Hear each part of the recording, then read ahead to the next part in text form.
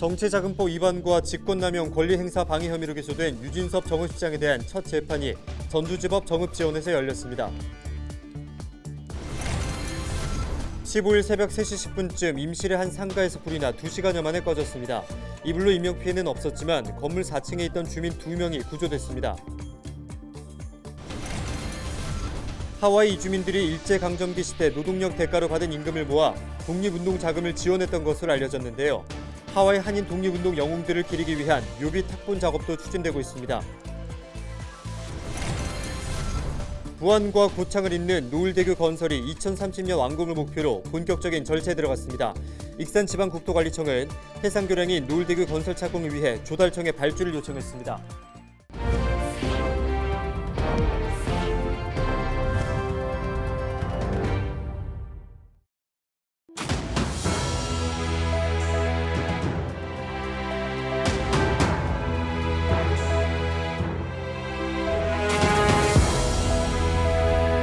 여러분 안녕하십니까? 헬로티비 전북뉴스입니다.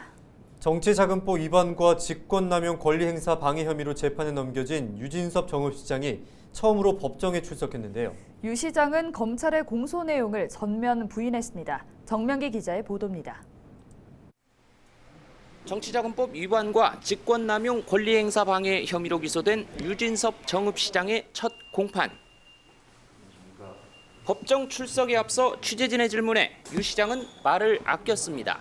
그래도 이번 재판에 얼마나 신경이나 입장이 있습니다. 성실히 임할게요. 네, 그래도 공판에서 검찰은 지난 지방선거 당시 유 시장이 친구 사이인 측근 A씨와 공모해 자신의 선거 캠프 핵심 관계자 출신인 B씨에게 불법 정치자금을 받았다는 것.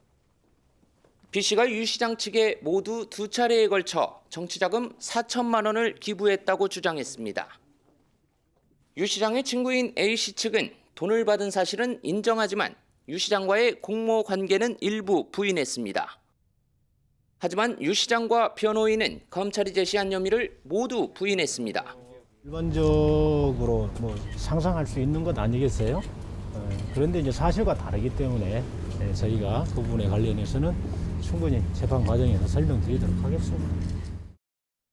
검찰은 또 유 시장 지시로 직원들이 공모해 그 직권을 남용했다며 행정보조 공무직을 부정하게 채용한 것으로 봤습니다. 재판부는 다음 심리 기일을 다음 달 13일로 잡았습니다.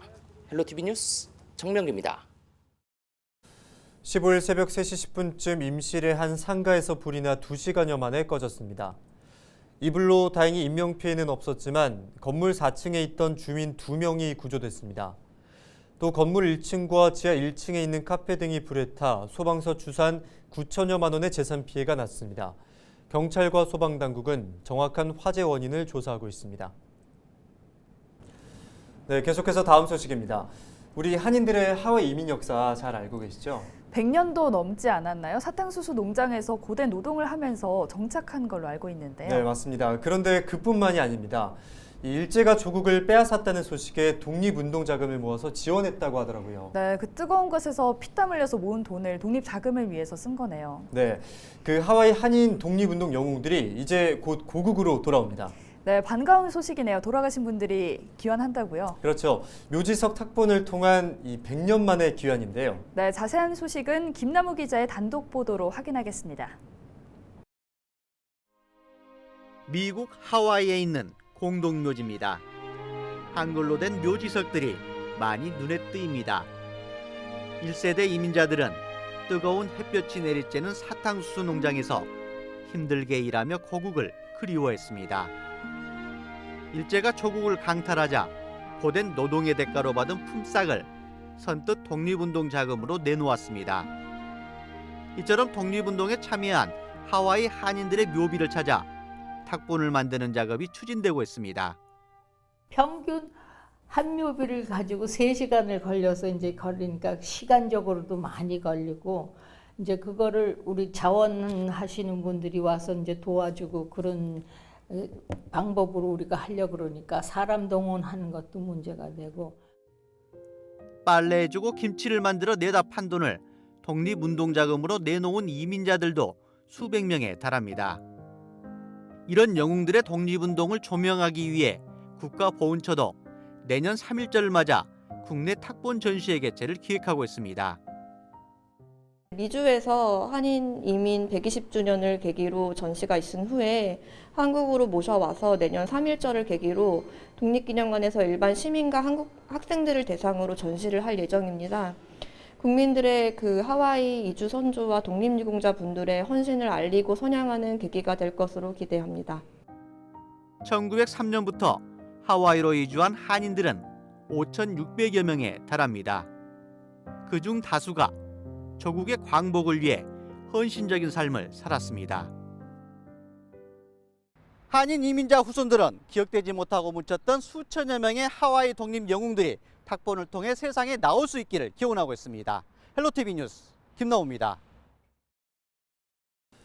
부안과 고창을 잇는 가칭 노을대교 건설이 2030년 완공을 목표로 본격적인 절차에 들어갔습니다. 익산지방국토관리청은 해상교량인 노을대교 건설 착공을 위해 조달청에 발주를 요청했다고 밝혔습니다.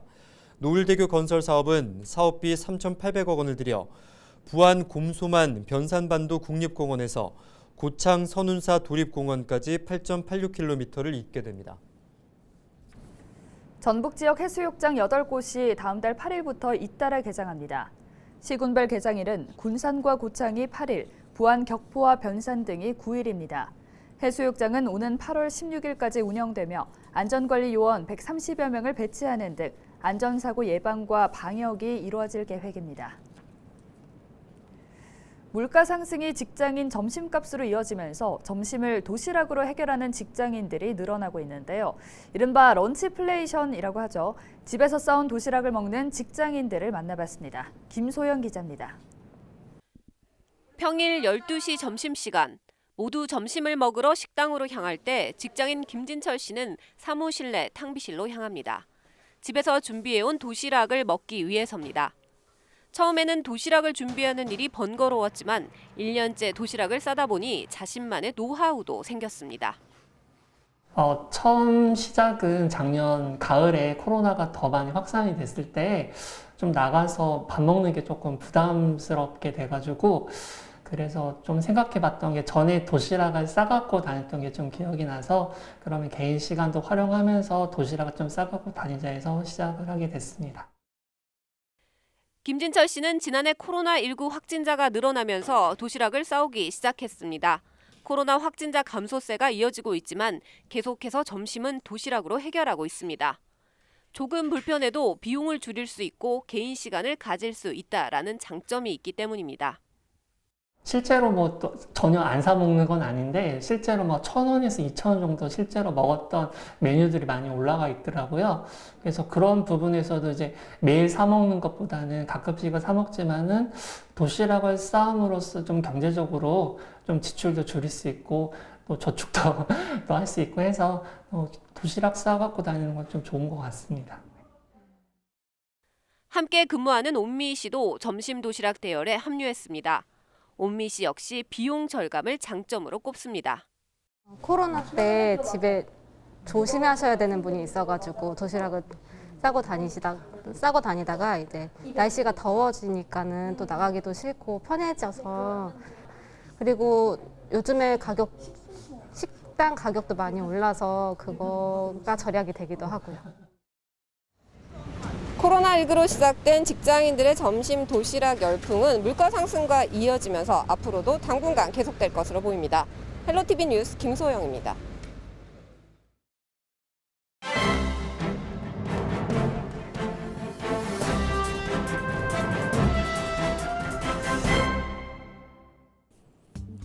네, 신문브리핑 전북일보 기사 살펴보겠습니다.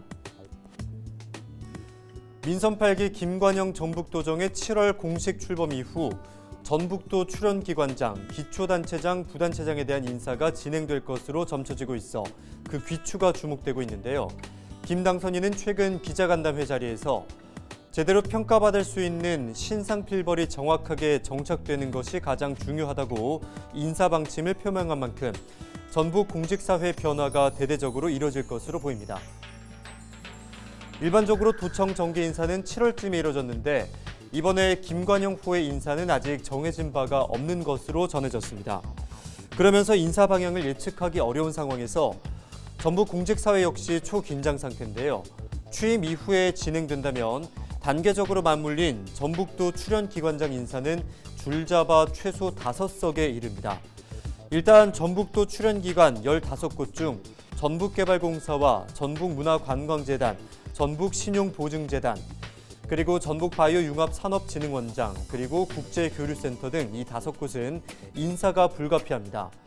이 중에 전북개발공사와 전북문화관광재단은 모두 임기가 만료돼 직무대리로 운영 중에 있는데요. 특히 조직 개편과 관련해서는 김 당선인이 경제와 일자리를 도정 핵심에 두겠다고 강조를 한 만큼 투자 유치와 기업 유치 부서를 투톱으로 개편하고 가칭 투자 유치실과 기업 지원실 설치를 고려한다고 밝혀 조직 부서 대변화도 이어질 것으로 전망됩니다. 지금까지 신문 브리핑이었습니다.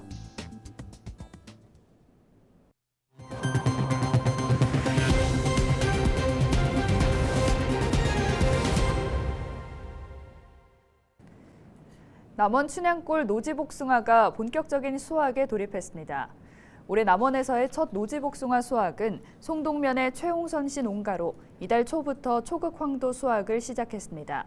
초극황도는 이달 중순까지 수확되며 이후부터 그린황도를 시작으로 여러 품종들이 숙기에 맞춰 출하될 예정입니다. 이상으로 뉴스를 마칩니다. 저희는 언제나 지역민 여러분과 함께하겠습니다. 시청해주신 여러분 고맙습니다.